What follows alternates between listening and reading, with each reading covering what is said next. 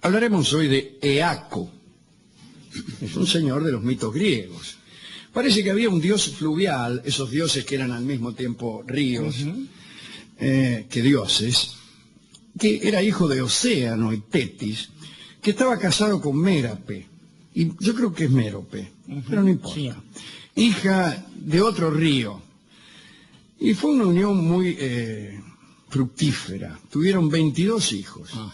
20 eran mujeres y hermosas, imagínense. Sí, familiar. Tanto es así, tanto es que eran hermosas, que constantemente eran raptadas y violadas por Zeus, Poseidón o Apolo, esas especies de patoteros del Olimpo. Los tres dioses se las disputaban día tras día. En una oportunidad sería todavía mejor. Sí. Egina, la más joven de todas las hermanas, desapareció misteriosamente. Y Asopo, el dios río, desesperado, salió a buscarla. ¿Dónde está? ¿Dónde está? En Corinto, allí donde el istmo, se enteró de que Zeus era una vez más el culpable. Sí. Entonces, enfurecido con el más grande de los dioses, empezó a perseguirlo para cobrar venganza. Qué buenos dioses aquellos, sí, de los que podía uno vengarse. Sí, claro. Y entonces, un día, después de una intensa búsqueda, Asopo encontró a Zeus precisamente cuando estaba abrazando a Egina entre los yuyos, en medio de un bosquecillo sagrado, como eran casi todos los bosques. Asopo gritó, habrá dado la voz de Aura. Le habrá dicho alguna cosa. Sí. La voz de alto, mejor. ¡Dios! Te vi. Dios mío. Y Zeus, que estaba desarmado, curiosamente, huyó despavorido a través de los árboles y también de las estatuas que solían adornar aquellos bosques sagrados. En un momento, cuando Asopo ya estaba a punto de alcanzarlo, Zeus se convirtió en roca, en Julio Argentino Roca, y organizó la campaña del desierto con los resultados que ustedes conocen. Ah, no, en roca con minúscula. Y esperó a que el padre de la hermosa Egina, a saber, Asopo, pasara de largo. Y así fue. Después de haber evadido la persecución, Zeus volvió al Olimpo y una vez, bajo la seguridad de sus murallas, empezó a tirarle rayos y rayos a Asopo. Y parece que le acertó a algunos, porque el pobre Asopo todavía se mueve lentamente a causa de las heridas que recibió en aquella oportunidad. No nos olvidemos que es un río, y el río se mueve lentamente. Sí. Si el río se mueve lentamente es porque el dios que lo personifica también. Zeus, de todos modos, había procurado no matarlo, pero sí dejarlo cachuzo para que no volviera a perseguirlo. Claro. Los mitógrafos dicen que a menudo se extraen del río Asopo trozos de carbón quemado del lecho. ¿Qué son? Claro, los rayos que le tiraba el otro. Los rayos que tiraba Zeus, señor. Usted no se convierte al paganismo inmediatamente porque no tiene corazón. He visto tanto menos en mi religión, dijo uno. Habiéndose librado así del padre de Egina, Zeus la raptó una vez más y la llevó en secreto a la isla llamada Enopia, donde se acostó con ella en forma de águila y luego en forma de llama. No de este desagradable animal, claro, sino en forma de fuego, ¿no? Claro. Cuentan que los cupidos revoloteaban sobre la cama, administrando los dones del amor necesarios para estos encuentros. Eso es una noche, ¿eh? Bien. Al cabo de un tiempo, Hera, la mujer de Zeus, descubrió que Egina había dado a luz un hijo llamado Eaco. De ese hijo hablaremos hoy. Cuando se enteró de este hecho, la mujer de Zeus resolvió exterminar a todos los habitantes de la isla Enopia. ¿Vio cómo es, no? Sí. Para matar a uno, matan a todos. Se había transformado justamente Eaco, este chico, ya era rey de la isla Enopia. Y bueno, Hera dijo, bueno, ya que estoy, los mato a todos. Y para matarlos, introdujo en uno de los arroyos de la isla una serpiente que ensució el agua y puso millares de huevos, de modo que una multitud de sierpes empezó a deslizarse y a retorcerse por los campos, introduciéndose en todos los arroyos y ríos. Una densa oscuridad y un calor soporífero se extendieron por la isla, a la que Eaco había dado el nombre de su madre, Egina, de la madre de él. A todo esto, el más pestilente de los vientos sopló durante 4 meses. Las mieses y los pastos se secaron y siguió el hambre. Pero lo que más sufrían los súbditos de Eaco era la sed. Y cuando se les acabó el vino, se arrastraron hasta el arroyo más cercano, pero morían al beber el agua envenenada. Las apelaciones de Zeus y de Eaco eran inútiles. Los suplicantes, mejor dicho, eran apelaciones de los habitantes de la isla que pedían socorro a Zeus, pero no, quedaban ahí tirados. Un día, el trueno y el rayo respondieron favorablemente a las desesperadas plegarias de Eaco, que era el único tipo que quedaba en la isla vivo. Era bueno. Y entonces, viendo que ese trueno era como una respuesta a sus plegarias, le pidió a Zeus que volviese a poblar aquel territorio vacío donde tantos súbditos habían perecido. Dijo, quiero que vuelva a haber muchísima gente aquí, que haya tantos hombres como hormigas. Qué pedido. Y en ese momento había un árbol por ahí cerca, empezó a crepitar, se oyó un sonido muy extraño, y Eaco vio salir del árbol infinidad de personas. Eran los mirmidones, era una raza de hombres que habían venido a reemplazar en una repetición biunívoca, es decir, una hormiga, un hombre, a las hormigas que había en la isla. O sea, la isla quedó completamente exenta de toda hormiga y en cambio volvió a tener muchísimos habitantes. Eaco se quedó dormido. ¿Para qué? Se preguntará usted, como mitógrafo, experto en fábulas. Respuesta: para poder soñar. Soñó que veía caer al suelo, desde el árbol que vio primero, una lluvia de hormigas y que éstas se transformaban en hombres. Cuando despertó, descartó el sueño como una fantasía engañosa.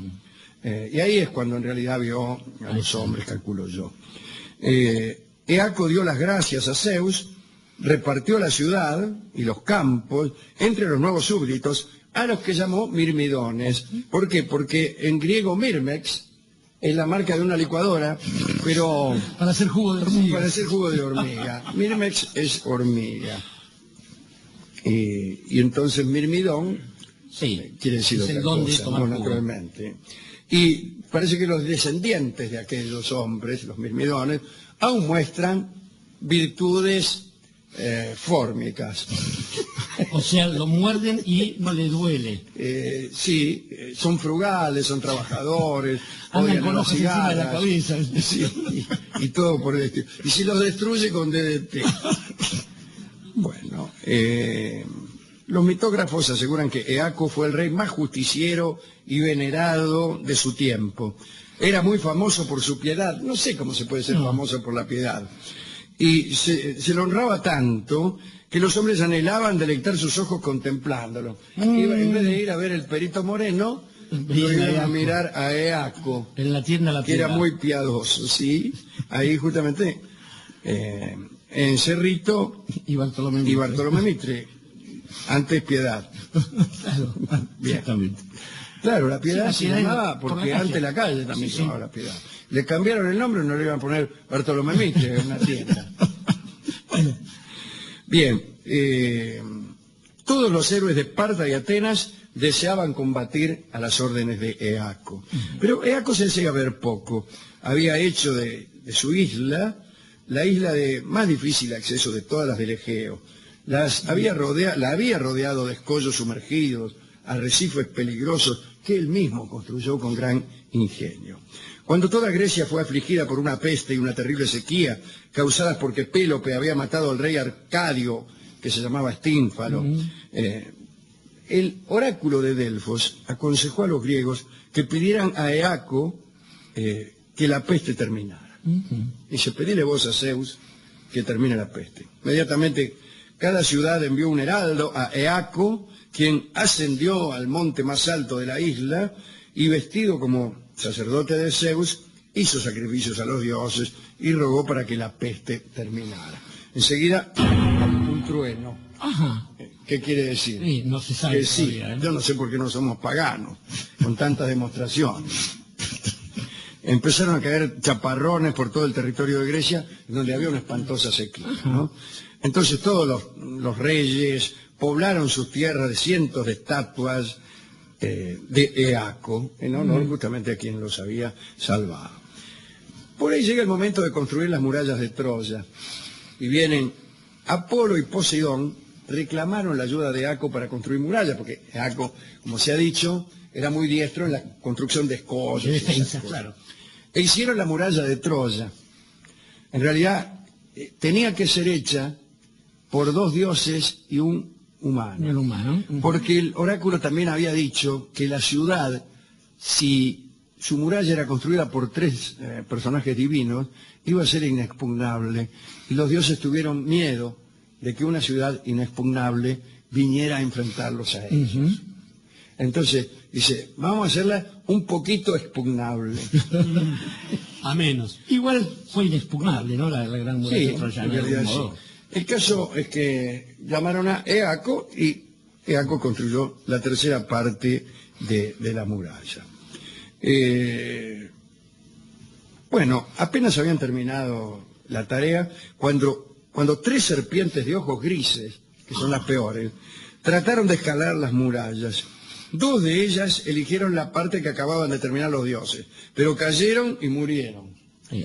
La tercera, lanzando un grito, el grito de la serpiente, el clásico opa, opa, opa. La tercera corrió a la parte construida por Eaco y consiguió entrar a la ciudad como Pedro Moreno por su casa. Entonces Apolo profetizó que Troya caería más de una vez y que los hijos de Eaco estarían entre los que iban a tomarla, tanto en la primera como en la cuarta generación, y eso se cumplió con Telamón y con el loco Ajax. Claro. Al final de sus días, Zeus quiso evitarle a Eaco la carga de la vejez y pensó, bueno, lo voy a hacer inmortal este tipo. Sí, claro. Pero ahí aparecieron las parcas. Las que tejen. Claro, árbitros del destino, de la muerte y los hombres, tejedoras de ahí donde está la que teje los destinos, y no lo permitieron.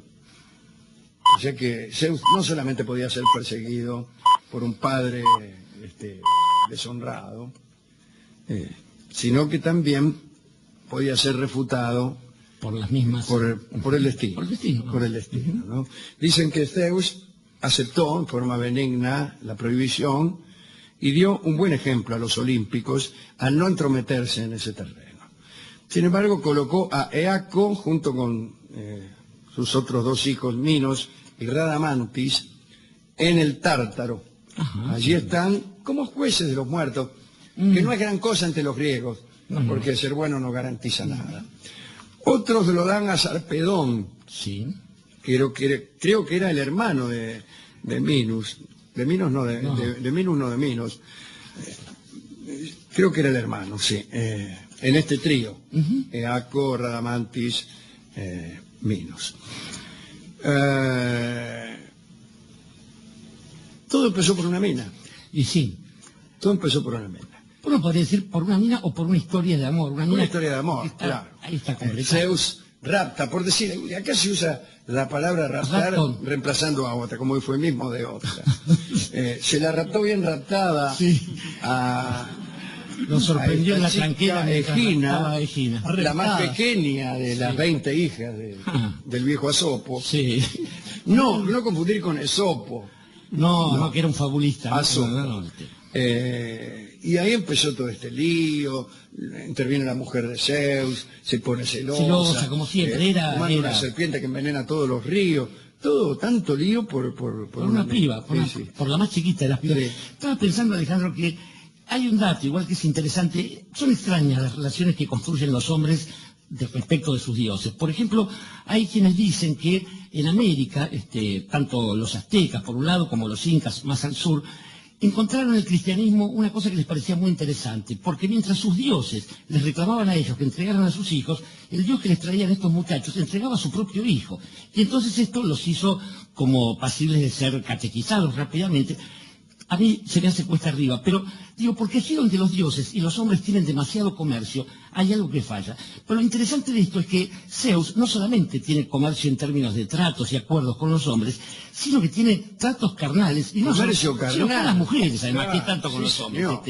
Y en ese sentido, me parece que también hay una condición interesante, porque un dios, seguramente, este tipo de cosas, la partida de Zeus o las negociaciones con las parcas, son quizás pequeños gestos de humildad. Uno se imagina que el principal de los dioses, Zeus, de ahí viene además nuestra idea de Dios también, digo, difícilmente pueda no ser concebido como un ser omnipotente, sino uno apelaría desde el comienzo a encontrarle, algún costadito flojo. Y Zeus tenía muchos costados flojos. Cuando no se volvía lluvia dorada, se volvía una llama, por ejemplo, o algún guanaco, algún otro tipo de guanaco. Y en ese sentido, creo que hay que tomar la lección que Zeus le da también a Eaco, explicándole un poco cómo es la condición de padre. Le habla como un padre, le habla a su hijo en consejos para un hijo gaucho y griego al mismo tiempo. Algo así como diciéndole que a veces una huida, una escapada casi de corte cobarde, en el relato puede convertirse en un recuerdo malevo.